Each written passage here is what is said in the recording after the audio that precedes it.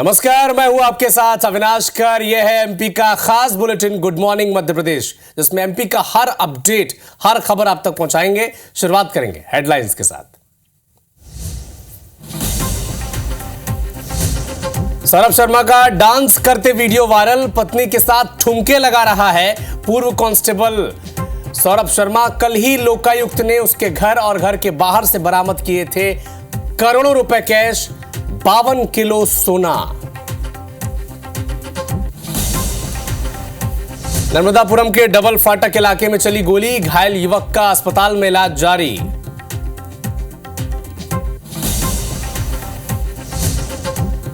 विदिशा में कबूतर की वजह से बुजुर्ग की हत्या, आरोपी के घर आता था पालतू कबूतर, गुस्से में आकर पड़ोसी ने उतारा मौत के घाट। रायसेन में ट्रक ने बाइक को मारी टक्कर, हादसे में बाइक सवार 3 युवकों की मौत।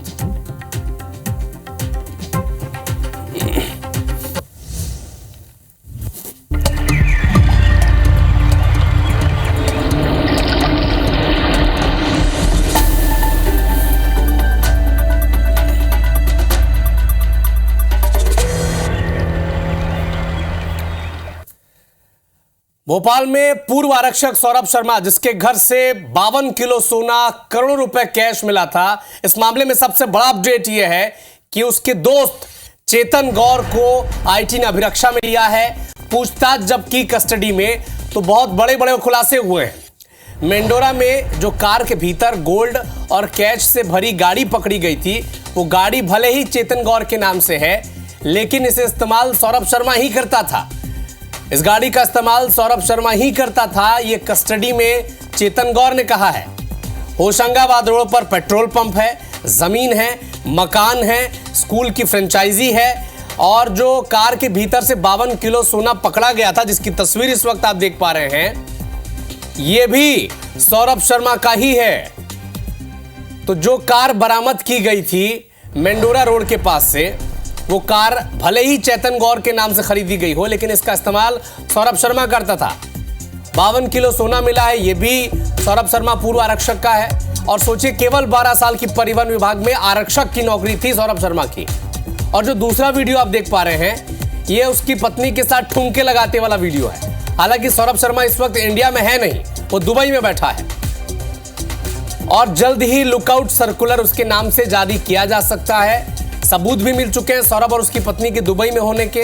तो आप सोच सकते हैं कि केवल परिवहन विभाग में 12 साल की नौकरी के बाद इतनी अकूत संपत्ति उसने कैसे हासिल कर ली। 52 किलो सोना, आप समझ सकते हैं, अंदाजा लगा सकते हैं। 10 करोड़ रुपए कैश, घर से 3 करोड़ रुपए कैश, 7 नोट गिनने की मशीनें, 60 लाख के जेवर, 50 किलो चांदी की सिल्लियां, ये सब उसके घर से मिला है। और पता नहीं और कहां का कितने खजाने छुपा कर इसने रखे हुए हैं। और इस खबर को दर्शकों तक जिसने सबसे पहले पहुंचाई है, हमारी सहयोगी हरप्रीत कौर रीन हमारे साथ लाइव जुड़ी हुई हैं। हरप्रीत, इस बात का खुलासा तो आपने शुक्रवार को दोपहर को ही कर दिया था उस बुलेटिन में जिसमें हम लाइव थे, कि ये गाड़ी भले ही चेतन गौर के नाम से खरीदी गई हो, लेकिन इसका इस्तेमाल पुलिस के लोग ही कर रहे थे, पूर्व आरक्षक सौरभ शर्मा ही कर रहा था। और आपकी खबर पर अब मुहर भी लग गई है। और क्या अपडेट है इस मामले पर, बताएं दर्शकों को।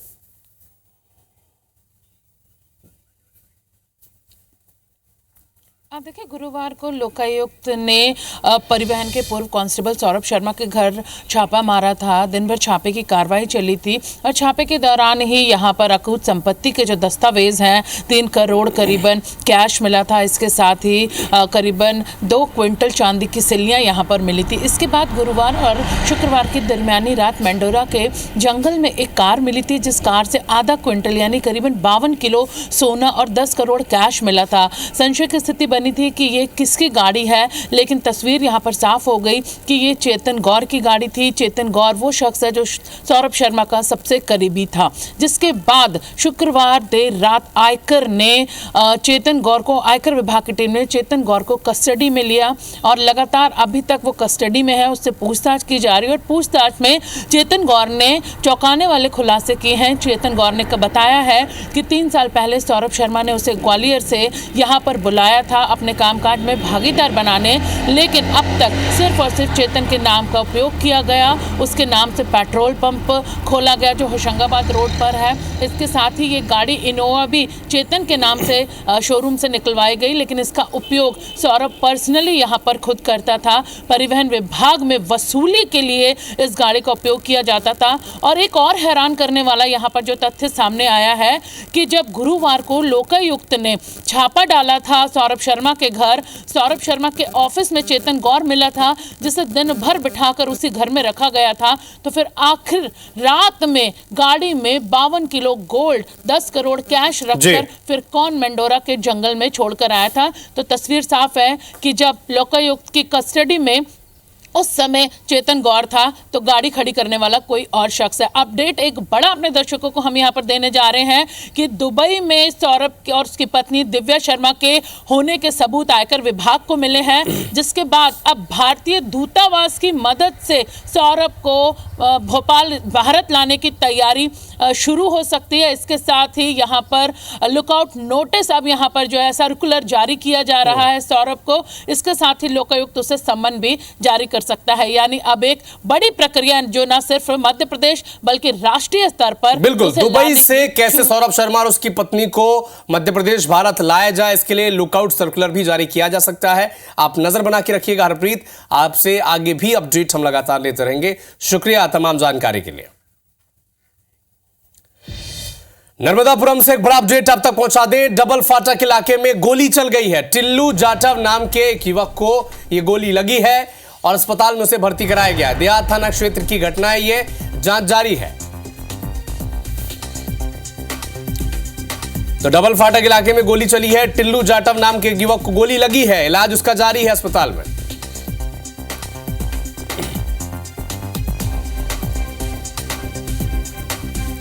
तो डबल फाटक इलाके में गोली चल गई। टिल्लू जाटव नाम के एक व्यक्ति को गोली लगी है। हालांकि ये फायरिंग हुई क्यों है, इसे लेकर अब तक कोई स्थिति साफ नहीं हो सकी है। देहात थाना क्षेत्र की घटना है, पुलिस मामले की जांच कर रही है।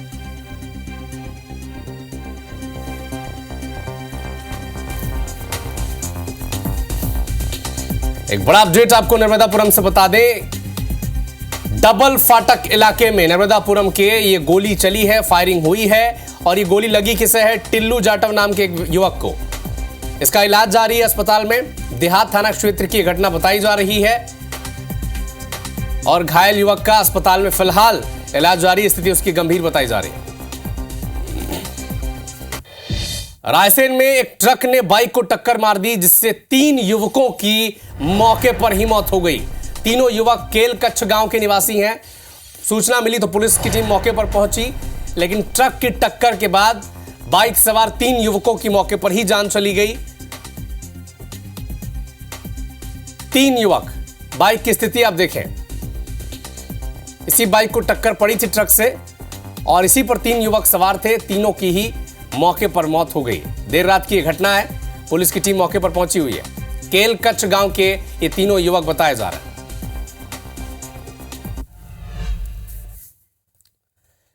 यूपी की गोंडा कोर्ट ने 5 साल की मासूम से दुष्कर्म की कोशिश और हत्या के मामले में दोषी को मृत्युदंड की सजा सुनाई है। दरअसल मृतक बच्ची की मां से आरोपी विश्वनाथ वंशकार की छत्तीसगढ़ के कवर्धा में कूड़ा बीनते वक्त जान पहचान हुई और ये जो जान पहचान थी ये प्यार में तब्दील हो गया। बाद में बच्ची की मां आरोपी के साथ रहने भी लगी।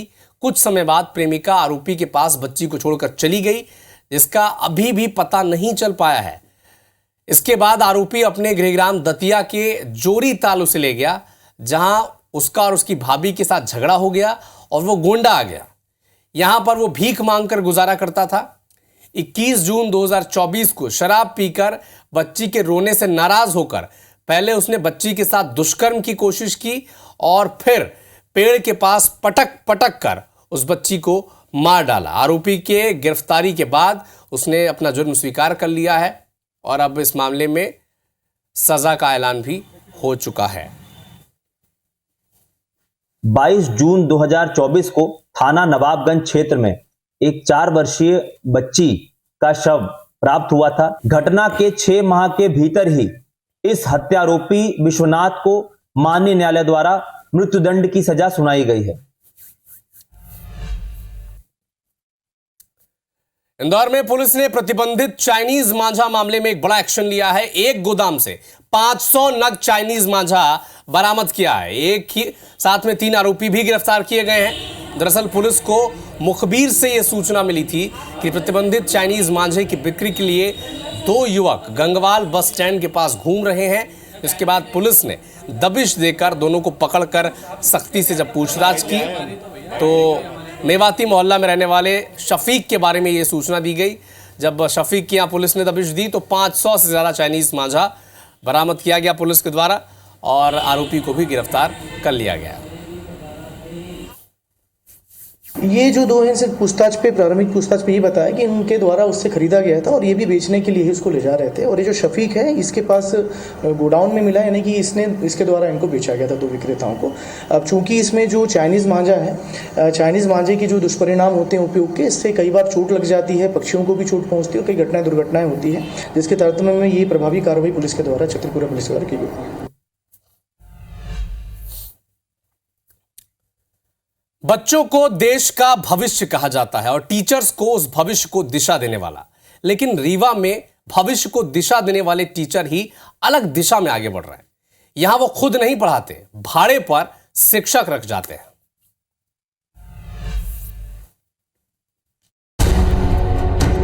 खुद घर में आराम फरमा रही टीचर और भाड़े पर रखी शिक्षिका। जी हाँ, रीवा के अमलिकी हाई स्कूल में शिक्षिका गीता गुप्ता ने अमलिकी गांव की ही राजकुमारी प्रजापति को 3500 रुपए में भाड़े पर बच्चों को पढ़ाने के लिए रखा है, जो स्कूल पहुंचकर बच्चों को पढ़ा रही है। हैरानी की बात यह है कि इस बारे में स्कूल की प्रिंसिपल को भी पता है। इसमें प्राचार्य ही बता पाएंगे। मैं आज प्रभारी हूँ तो मैं इस पर विचार नहीं बता सकती हूँ।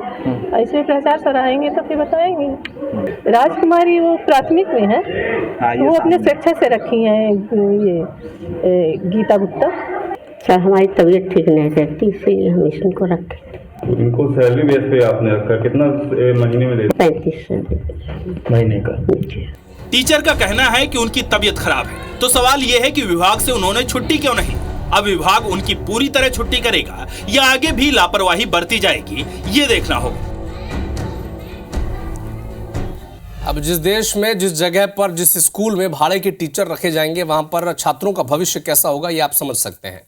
आम जनता को सामान्य बीमारियों के इलाज के लिए संजीवनी क्लिनिक योजना शुरू की गई थी, जिसे आयुष्मान आरोग्य मंदिरों के नाम से जाना जाता था। दावा तो यह था कि आयुष्मान आरोग्य मंदिरों में सामान्य इलाज, टीकाकरण, पैथोलॉजी की 200 तरह की दवाओं की सुविधाएं लगभग मुफ्त मिलेंगी। लेकिन भवन और स्टाफ की कमी के चलते यह दावा महज एक दावा ही रह गया।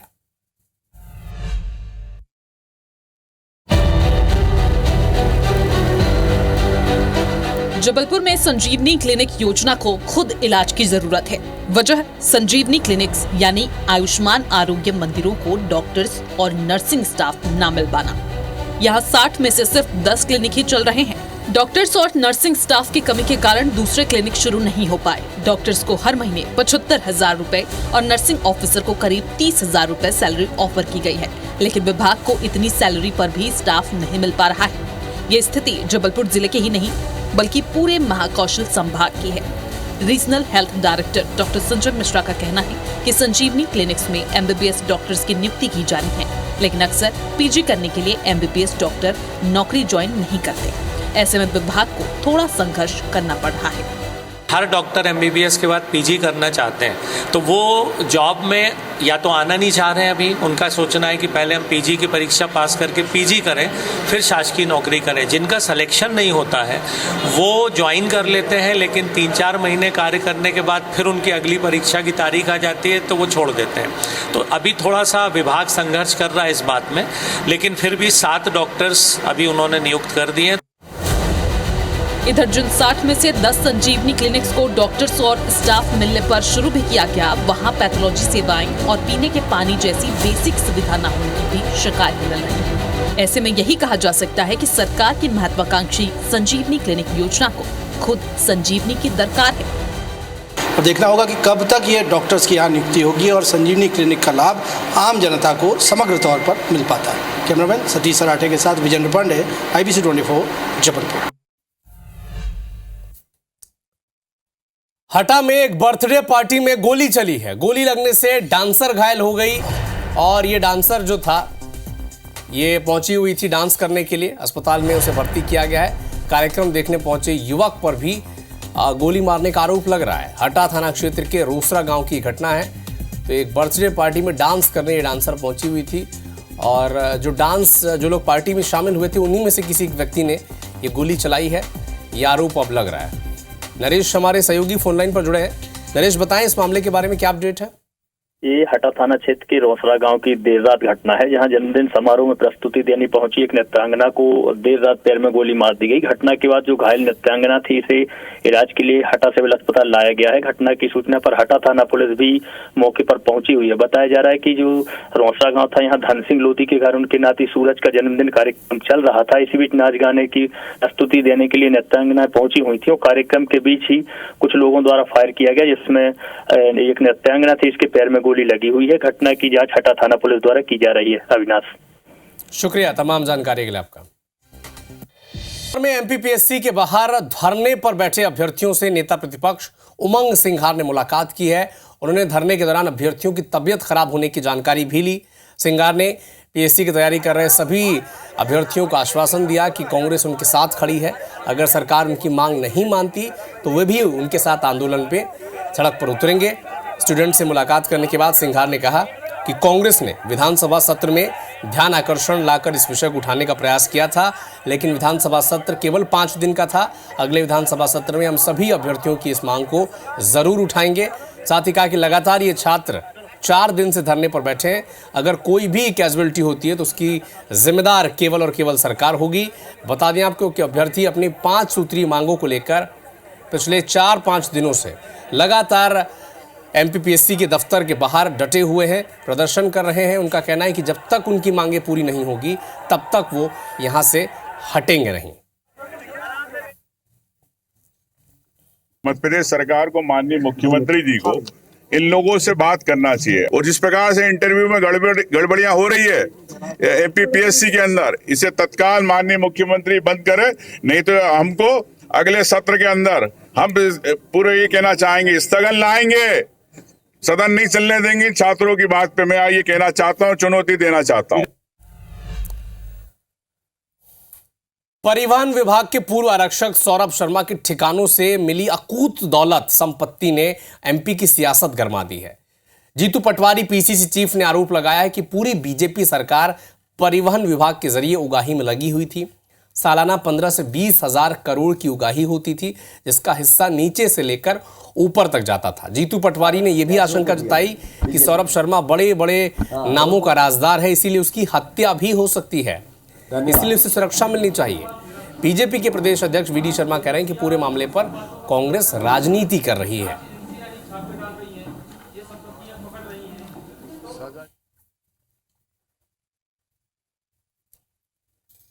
कौन लोग हैं वो चेहरे सामने आएंगे। मुझे डर है कि हत्या नहीं हो जाए, जो सौरभ है इनके पे हमला नहीं हो जाए, ये गायब नहीं हो जाए, इसलिए जितनी जल्दी हो पुलिस इनको सुरक्षा दे। ईडी हो, ईओडब्ल्यू हो, जो भी संस्थाएं हैं ये संवैधानिक संस्थाएं हैं, अपना काम करती हैं और कानून के दायरे में जो आवश्यक कदम होंगे वो संस्थाएं उठाएं। पांडुला जिले में अवैध रेत खनन का खेल लगातार जारी है। रामाकोना के पास शोभना नदी है और दिन दहाड़े यहां से रेत माफिया रेत का खनन कर रहे हैं, परिवहन भी कर रहे हैं। लेकिन हैरानी की बात यह है कि सांसद महोदय के निर्देश के बाद भी जिम्मेदार अधिकारी कार्रवाई कर रहे हैं। विवेक बंटी साहू ने अपने फेसबुक अकाउंट पर रेत खनन का वीडियो पोस्ट किया और बताया कि ग्रामीणों की शिकायत के बाद उन्होंने कलेक्टर और जिला माइनिंग अधिकारी को इसकी सूचना दी थी और कार्रवाई इसके बाद भी नहीं हो रही है, इसलिए उन्होंने ये वीडियो पोस्ट किया है। हालांकि अब कार्रवाई हुई है, ऐसी सूचना मिल रही है। रेत वाले अवैध काम करते हैं अधिकारियों की साठगांठ से, तो सरकार के प्रति लोगों के मन में संदेह उत्पन्न होता है। तो आज लग रहा है उनको कि नहीं, सांसद हम जो कह रहे हैं, हमारी सांसद हमारी बात मान रहे हैं, तो इसके माध्यम से उनके मन में कोई संदेह उत्पन्न ना, इसलिए सोशल मीडिया में डाल के वो मैंने बात किया। तो फिलहाल इस बुलेटिन में इतना ही। आगे देखिए छत्तीसगढ़ के खबरों का खास बुलेटिन गुड मॉर्निंग छत्तीसगढ़ श्रवण तंबोली के साथ। मुझे दीजिए अनुमति। नमस्कार।